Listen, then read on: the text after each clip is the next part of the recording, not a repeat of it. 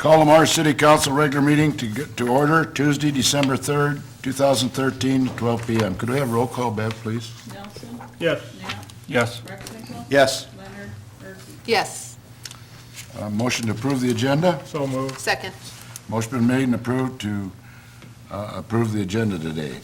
Before we get into our council meeting, I'd like to just take a moment of silence on behalf of John Britton, our friend and certainly a community individual that has done a tremendous job for this city.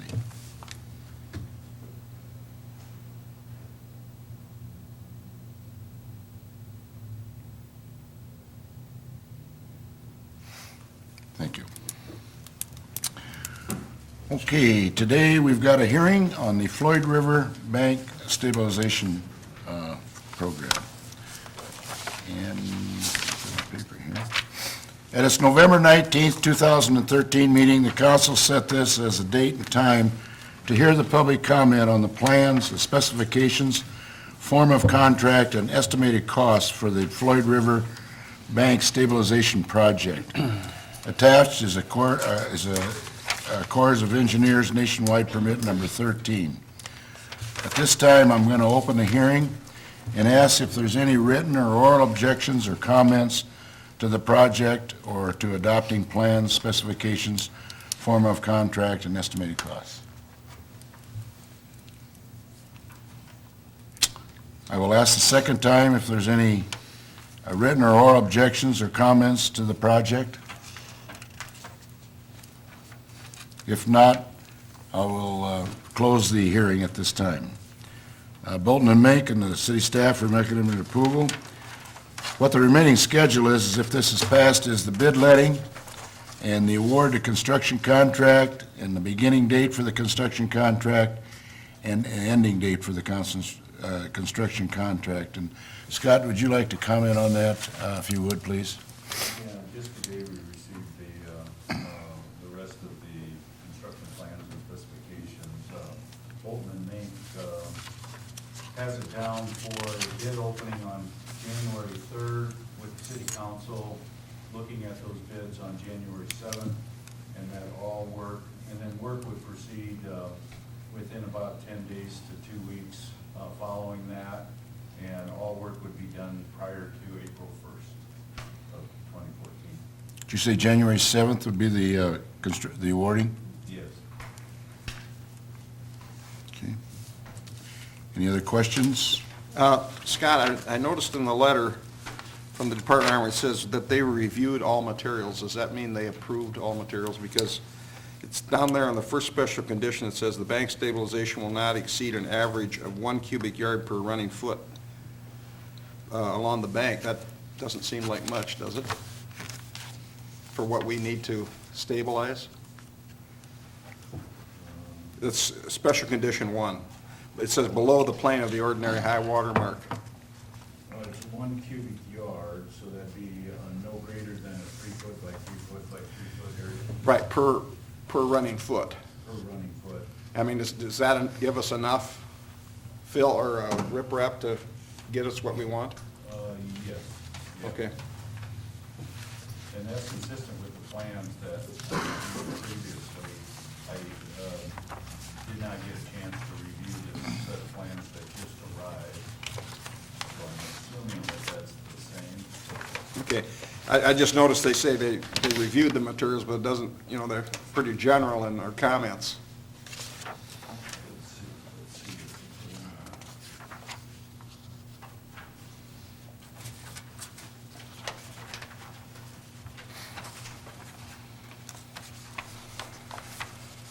In this council package, you do not have a detail sheet that will answer that question. What the Corps of Engineers reviewed was a full set of the plans. Okay. And on sheet B, .01, it shows a typical riprap section. And they're gonna be placing that riprap along the Floyd River bank at a 2-to-1 slope with a minimum of 2 feet perpendicular to the slope of the bank. Okay. So that would be consistent with what the Corps of Engineers says cannot exceed an average of 1 cubic foot. Okay, So that would achieve that. okay. Does that answer your question, John? Yes. Okay. Does it give quantities in there, Scott, how much riprap we're gonna use? Yeah. 1,800 ton. 1,800 ton? 1,800 ton. And that's how it's getting bid, right? Is on a unit, I'm sorry. on unit pricing, right? Correct. It's a unit price bid. Now, several items, specifically 4 items are lump sum. So the mobilization, the clearing and grubbing, the excavation, which is a class 13 excavation, is lump sum. And then finally, the stabilization of the construction entrance. So that's pretty typical. What is not a lump sum is the temporary rolled erosion control product. That's bid on a square yard basis. The riprap is per ton.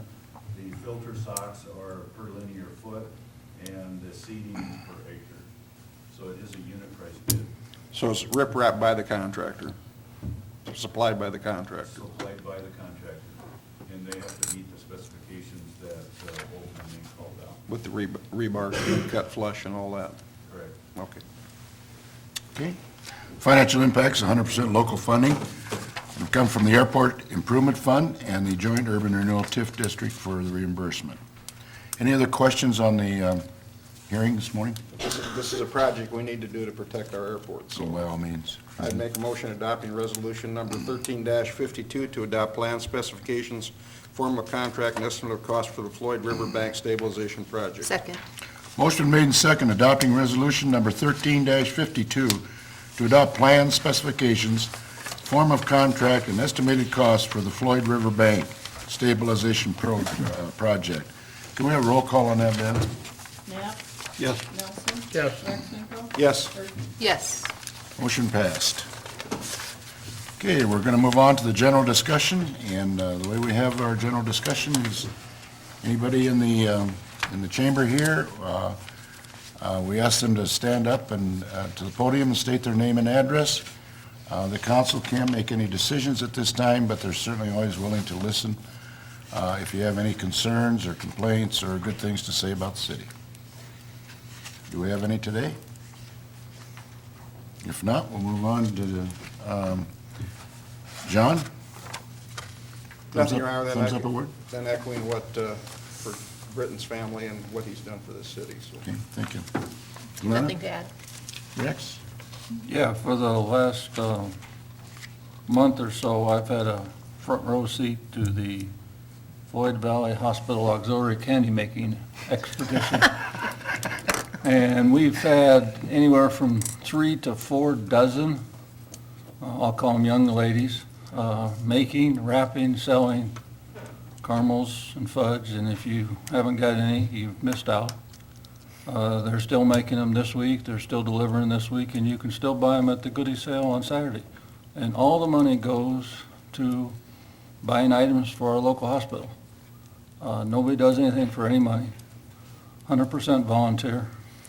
And it's an amazing operation, to say the least. In fact, they're still making them this morning. Yeah, they had to make some more of a certain kind. I think they're up to about 800 pounds of caramels so far that they've made and sold.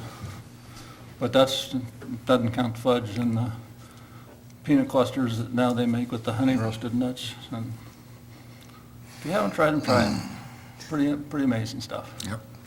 Ken? I'll pass today, thank you. I do have one I'd like to recognize, and that is, we have a cyclocross or cycle program here in town. And once a year, this is the 3rd year they've staged this. It's a cyclocross meet that's held out here at by the golf course at the park out there. And they held it last Saturday and Sunday. And the world champion, it's the world champion, a guy by the name of Mark Savory, was here out of Omaha. And coincidentally, Sioux Falls has a Queen City cycling group that come in from Sioux Falls. And a guy by the name of Jeff Cluck beat the world champion here in the Mars Saturday. It was held Saturday and Sunday. There was 103 participants that have spent 2 days in this town, and I know they've had their heads on the pillows in our motels. I'm well aware that they stopped at the ice cream store.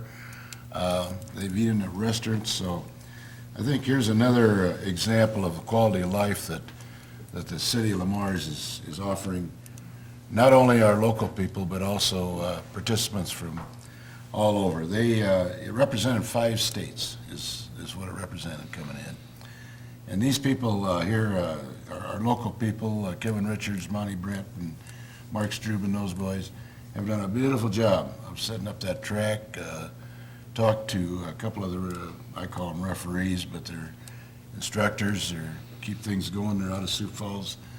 And they said, by all means, of all the cross tracks that they come across, they love it here. So I think thumbs up to those people. They've done a good job. Okay, moving on, consent items. All items listed under consent agenda will be enacted by one motion. There'll be no separate discussion of those items unless a request is made prior to the time the council votes on the motion. We've got 4 of them today. Approval of the November 19th, 2013 regular and November 26th special meeting minutes. Number 2 is a list of the bills for the period ending 11/30 of 13. Number 3 is a Willow Creek Bar and Grill lease, and number 4 is a vacation of the assess easement. I think the council members have all had an opportunity probably to look these over. Is there any questions on any of them before you vote? Motion to approve consent items 1 through 4. Is there a second? Second. Motion made and second to approve items 1 through 4. Could we have a roll call on that, Bev? Recklinko? Yes. Murphy? Yes. Nelson? Yes. Knapp? Yes. Motion carried. Under the action items, there's none today, so we'll go right on to discussion. John, do you have anything? Just a reminder, December 17 is the hearing for the proposed Floyd River pedestrian bridge crossing.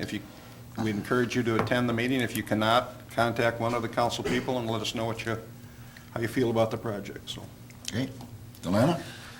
Just to follow up on that, I have had some contact, so just wanted to make sure that we give the press an opportunity to have the actual numbers involved to date and what's to come. Basically, there already spent from city funds was just over $49,000, and that dealt with the fact that it was deemed a wetland and having to purchase back credits. The amount spent with DGR for engineering has been $58,116. So we've essentially spent about $107,000 to date.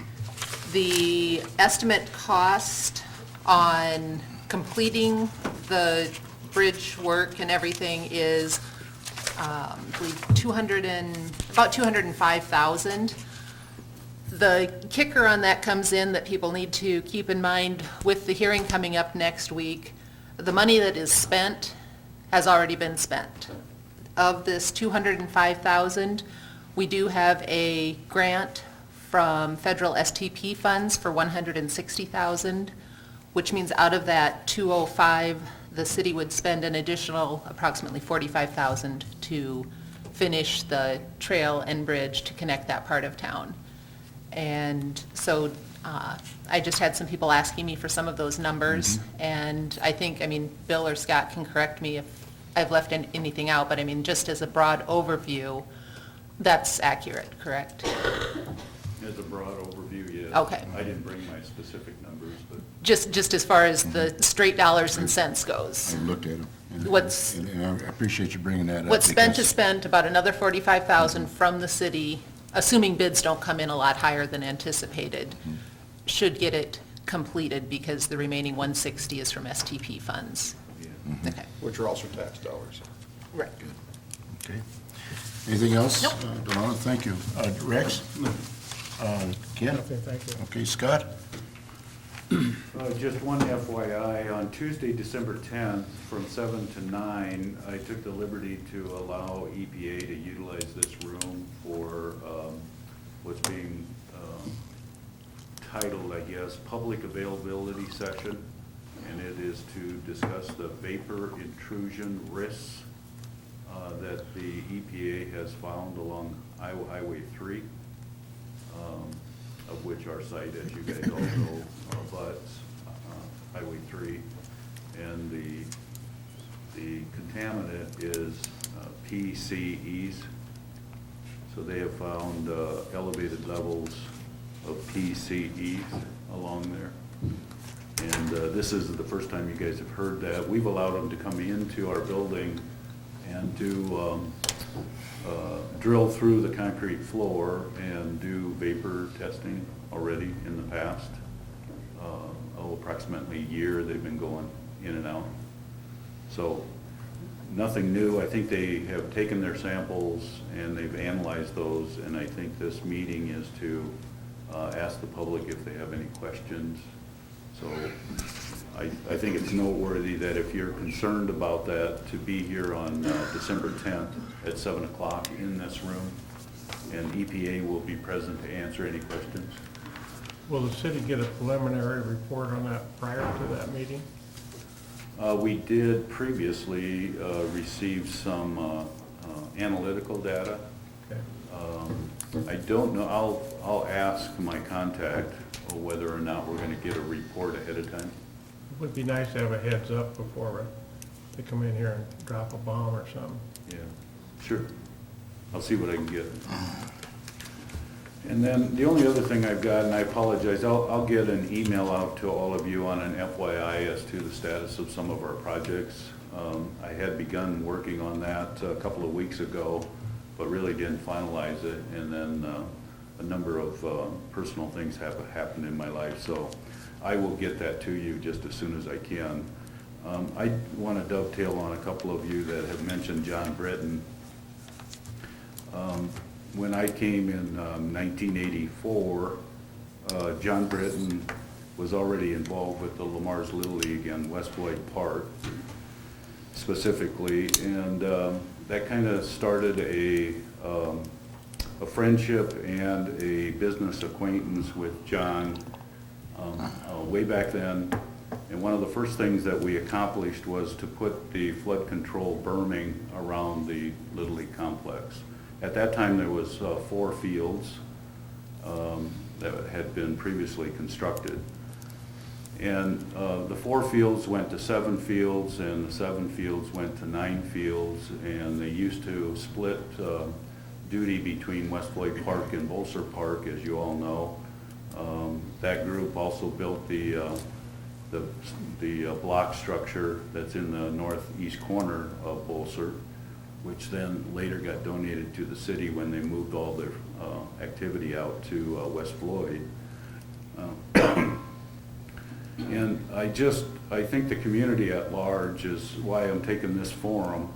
The community at large needs to realize the dedication, the commitment that John Britton has done. And he has impacted literally thousands of young people's lives. And I think we, as a community, owe a great deal of gratitude to John Britton. And so I wanted to get that out. I agree with you 100%, Scott. There's a man that's definitely going to be missed. Okay, do you have anything else, Scott? No. Bill? Just a couple of things. Our leaf and grass site is now closed for the year.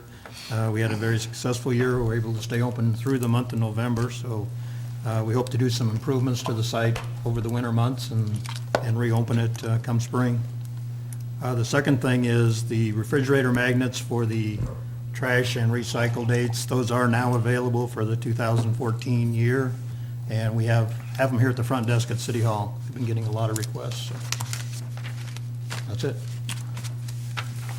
Good enough. I would entertain a motion to